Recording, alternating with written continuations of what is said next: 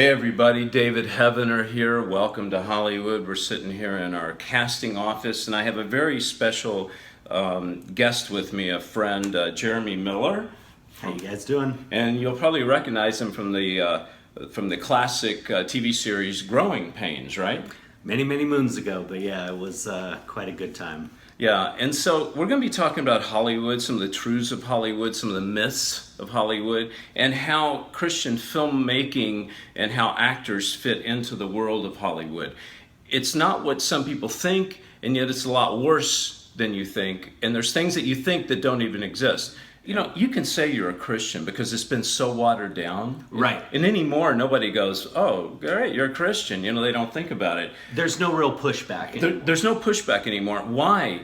It's not because it's been so watered down. That's why. Because it's so safe now. Because anybody can be a Christian. You can be a Christian if you worship Buddha. You can be a Christian if you're Muslim. You can be a Christian, you know, if you're homosexual. You can be a Christian if you know, you can just, it's a label, like wearing some kind of Levi's Armani suit, right?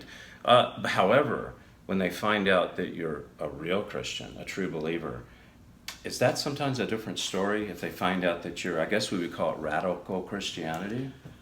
Yeah, I think that being a radical Christian definitely changes people in Hollywood's view of you. To them, you're dangerous. Yeah, because you know? because you're risky. There's a risk. It's like, oh my goodness, this person is. It's okay to be watered down and lukewarm. Just don't, mention God. Don't mention Jesus too much. You mention Jesus, no. Well, just, I mean, in the simplest terms, they're afraid of offending someone in their monetary base, right? In their form of drawing funds and support, right? But even beyond that, they're afraid of what we can do to the system that they live in. Okay, so now you take someone like a Miley Cyrus, okay? Mm-hmm. And there's other child actresses. Mm-hmm. I've worked with several that have committed suicide. I've lost 3 friends over the last couple of years. What happens? Why does that happen with a Miley Cyrus? What goes on?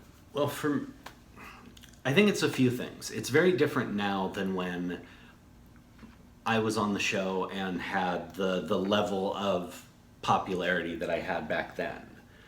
Now, back then we were making good money, but it wasn't like the kind of money they're throwing at these kids now.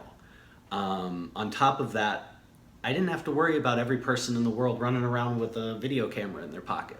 Every little thing that I did was not recorded and analyzed and broken down. So what you're saying is that social media, she may have been victim of social media. Obviously there was pressure just like you had, right? Oh, absolutely. But to go from such a good girl, Hannah Montana, all the way to what my kids would categorize, I didn't say this, a bad girl, I don't have the word for it, it's an extreme, okay? It very much is. And it doesn't happen to everybody. But here's my question. Right now, is there demonic influence in this industry like never before? I'm getting the feeling that there is. I think with the way all of these things are going, everything has grown exponentially. The level of, I don't want to say going, I'm looking for the word. The level of discourse in the industry, the level of sin that is openly being reveled in, and truthfully, by young kids. We've turned these young kids into idols.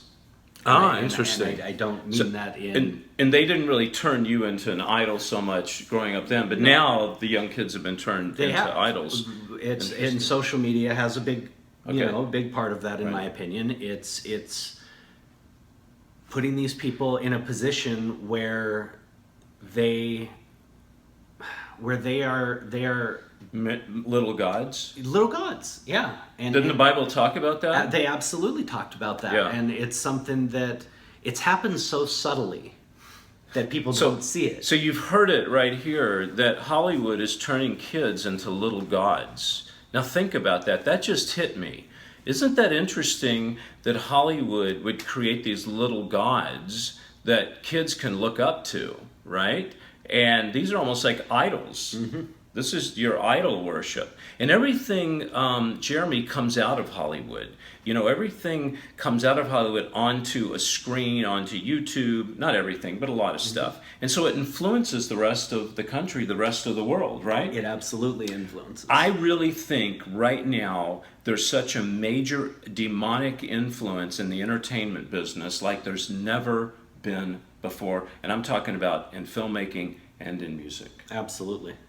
You know, and what's happened with and we talked about this, the movie industry has decided, well, not decided, their agenda is to destroy the family, okay? And by the way, it's not the studios or the even the R-rated movies that's out to destroy the family. It's Disney, it's Netflix, it's things that you think would be family friendly, right?